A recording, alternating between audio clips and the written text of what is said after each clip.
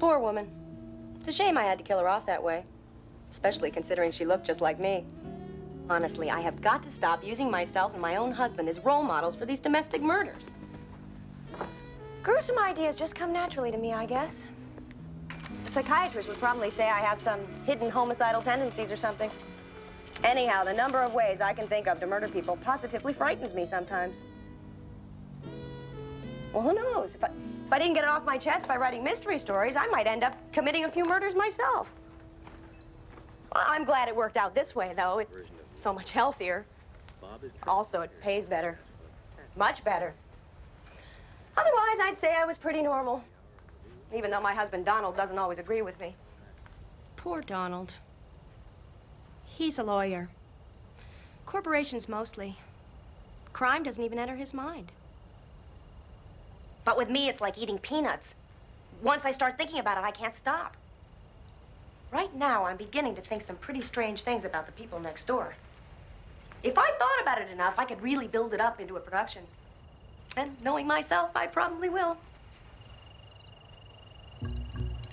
Oh, there he is. Donald, are you asleep? There's just one light on next door. Don't you think that's odd? Ever since the Blanchards moved in, that one light's always on all night. It's not in the right place to be coming from a hall. It must be a bedroom. Maybe it's hers. Maybe she has insomnia and she reads all night. Maybe that's why I've never seen her. It is funny, though. They've lived in that house for over 2 weeks, and I have never seen Mrs. Blanchard. Not once. Isn't that funny, dear? And Mr. Blanchard at the supermarket. Very unfriendly. He hardly even nodded. Such an odd, withdrawn type. I don't know how he would ever make a good teacher. Did you know he used to be a university professor? What's he doing teaching high school anyway? It's very strange.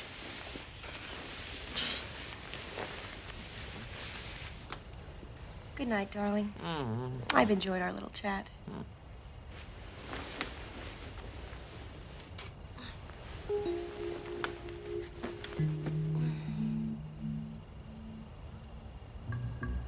Donald! Suppose there isn't any Mrs. Blanchard. Suppose he just invented her for some reason. Or maybe she's dead and he can't accept it, so he goes on pretending. Or maybe he killed her. Maybe he discovered she had some secret vice and he had to get rid of her to save his career. I bet I could work a plot out of that. I'm hungry. Can I get you something, dear? Sound asleep.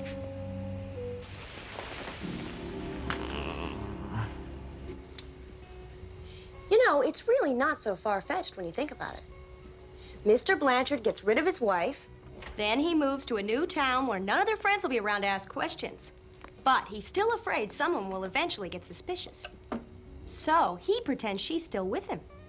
Take last week when I ran into him at the store. I want 6 pairs of these sent to Mrs. Charles Blanchard at 421 Westridge Road, please. Hi, Mr. Blanchard. It's me, Julie Fenton. We're neighbors. It's so nice finally getting to talk to one of you. I've been meaning to run over and introduce myself to your wife. I mean, she is new here. She must get lonely. I believe Mrs. Blanchard is quite content. Well, I mean, with you away most of the day, I thought if I introduced her to some of my friends, maybe... That's kind of you, but I don't think my wife is ready for visiting. Not just yet. Thank you. Thank you. Good afternoon, Mrs. Fenton. Mr. Blanchard, I just had a brilliant idea. Is this a birthday or an anniversary? I'm afraid I don't understand. The stockings you just bought. I mean, it must be for some occasion. Perhaps we could all get together and celebrate tonight. You're mistaken. There's no occasion at all. I always shop for my wife. Oh, is she ill? Certainly not. Why do you ask that? I've just never known a woman who'd miss going shopping for herself. I mean, if she had the choice. In this instance, I'm afraid she has no choice. Good day, Mrs. Fenton. Now I know what he meant by no choice. It's because there is no Mrs. Blanchard. Why, he could go on like this for years. Moving from place to place, playing the devoted husband, implying that his wife is a recluse. In fact, As long as he pretends Mrs. Blanchard is alive, Mr. Blanchard is safe. And he might have gotten away with it if he hadn't happened to move next door to me. It's from his latest album called Twist. That was not my vivid imagination. That was Mr. Blanchard. Nobody's gonna come peeking through my front door in the middle of the night without an explanation.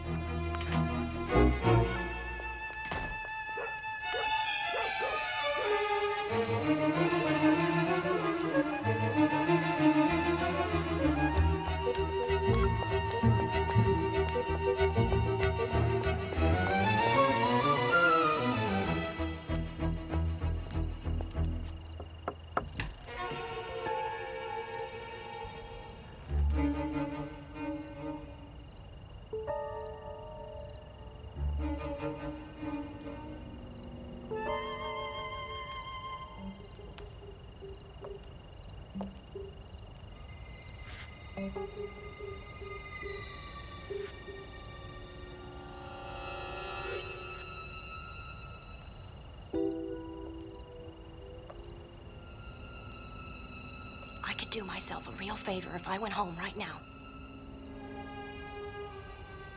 But of course, I'm not going to.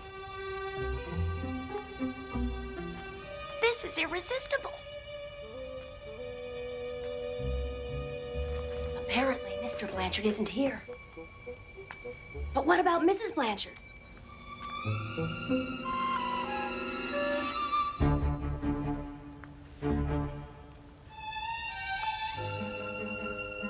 Looks like a set, ready for the lady to enter on cue.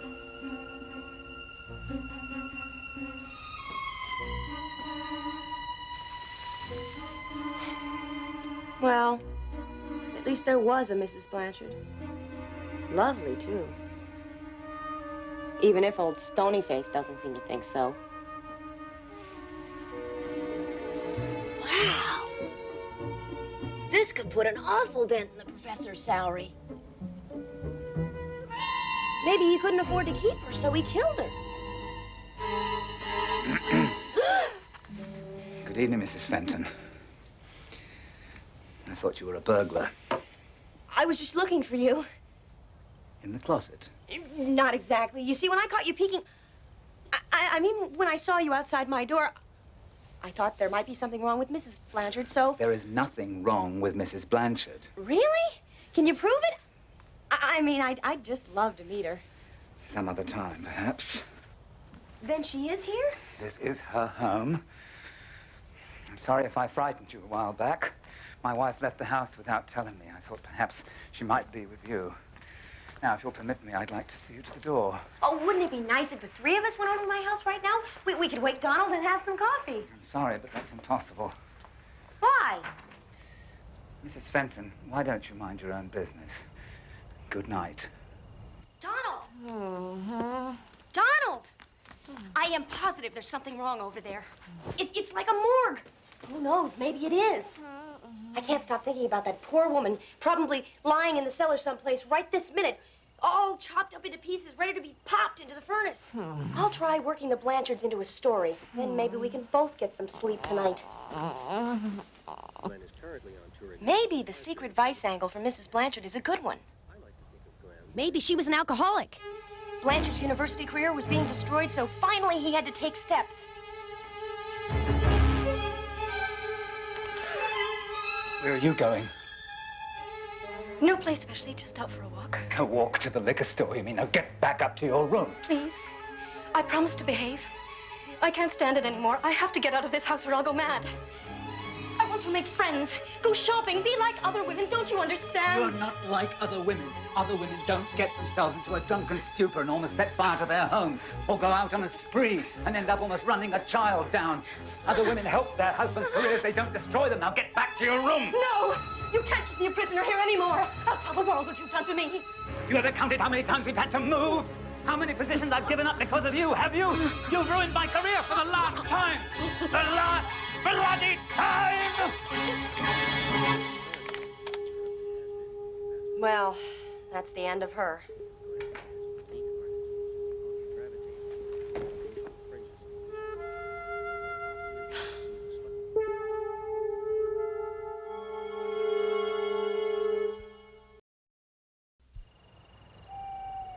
The door was unlocked, so I let myself in.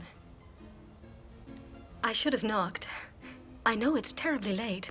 Mrs. Blanchard, you have no idea how glad I am to see you. It's so pretty. Just the way I imagined it. You know, I was beginning to think you didn't exist at all. I can't stay long. My husband doesn't know I'm here. He wouldn't like it. I don't see why not. I mean, after all, we are neighbors. It's very difficult. Don't say another word until I get us some coffee. I know we're going to have a lot to talk about. Ellen. Mr. Blanchard! Would you like to join us for coffee? I'm afraid there won't be time for that. Come, Ellen. No. Now. Really, Mr. Blanchard? Ellen, I warn you, don't press me too far. Couldn't I stay? Just this once? There's not much point to that, is there? You're angry with me? Ellen. Yes, Charles. I'm sorry I couldn't stay for coffee, Mrs. Fenton.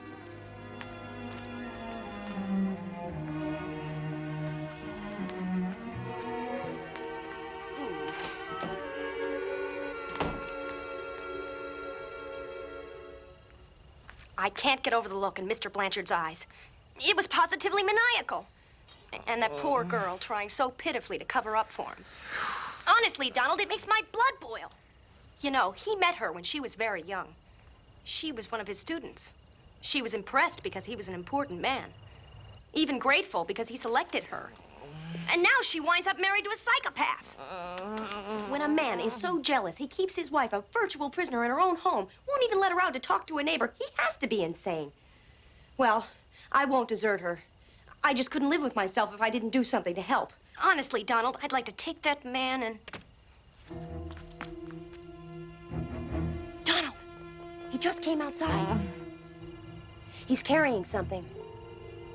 It looks like a body. He's carrying it out to his car. He's putting it in his car. It is a body.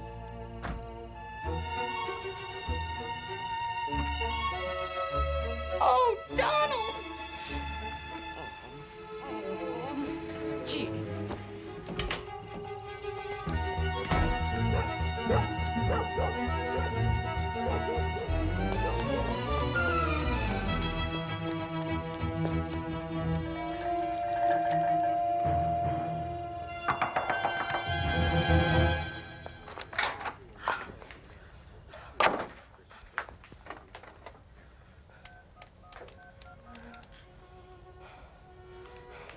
Hello, Sergeant. This is Julie Fenton. I'm really sorry to bother you, but... oh, yes, I'm fine, thanks. How are you? Listen, I believe a woman's just been... What? Oh, yes, the book's doing great.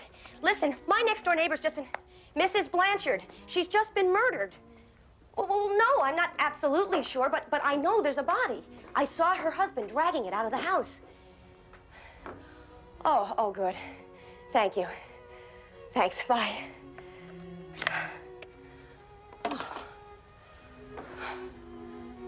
Now, let's see if I can reconstruct the murder.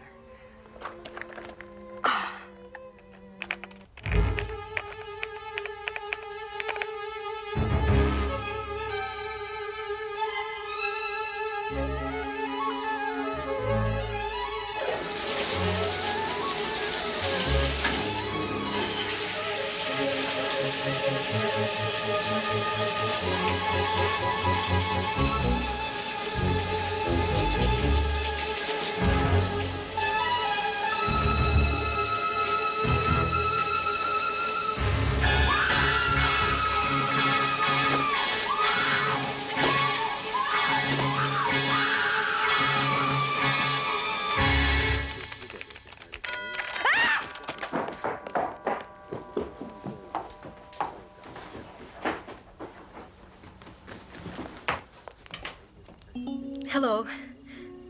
I've come for that coffee. You look like you've seen a ghost. It's not too late, is it? I thought I'd never see you again. My husband and I had quite a quarrel over my being here. Then his friend Phil turned up. He was so drunk he could barely walk, so Charles had to carry him to the car and drive him home. So that's what it was. But you didn't hear me ringing the bell? You? No. I must have been in the shower. Oh, how pretty. Do you mind? No, of course not. Only it doesn't work. They never do for me. I guess I just don't have a green thumb with lighters. But here, try these. It's such a lovely one. I do adore silver. If you knew some of the wild theories I've had about you. Theories? Oh, never mind. From now on, I'll stick to writing. You write? How exciting. Well, that depends on whether your taste runs to crime. No. Crime upsets me. But Mr. Blanchard adores murder mysteries. The gorier, the better. Well, at least I got something right. Ellen, forgive me for getting personal, but are you happy? You mean with Charles? I think so. Of course, he is nervous and sort of high-strung.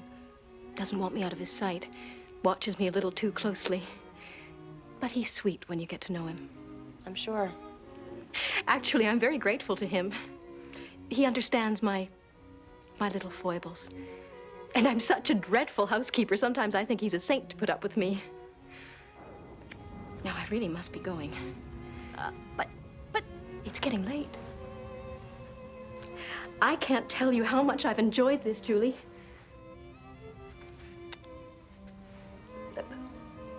Just come again. As often as your husband... I mean, as often as you like. I'll let myself out.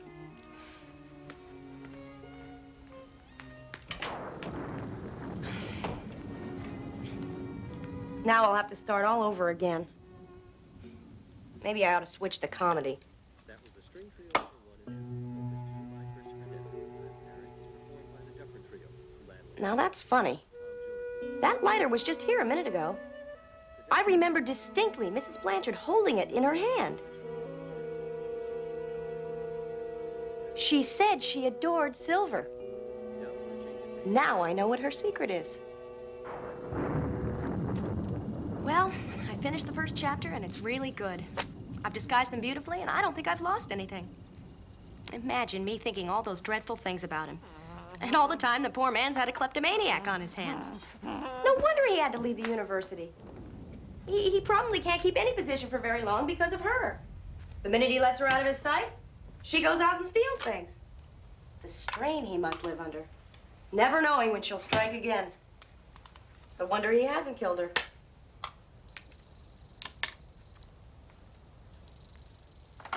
Hello? Yes, it's me. What? A woman's body? Around 30? A brunette? I'll be right there. It must be Mrs. Blanchard. I'll have to go to the morgue and identify her. She was hit over the head and thrown over a cliff. It must have been the silver lighter that broke the camel's back. Mr. Blanchard. When he found out his wife had stolen again, he must have just gone berserk and murdered her. Oh, and she was so nice. I'll just never forgive myself for this. It's almost as if I made it happen. I started this, and I'm going to finish it. I fixed it. Thank you. Would you like to come in for some... No, thank you. Good night.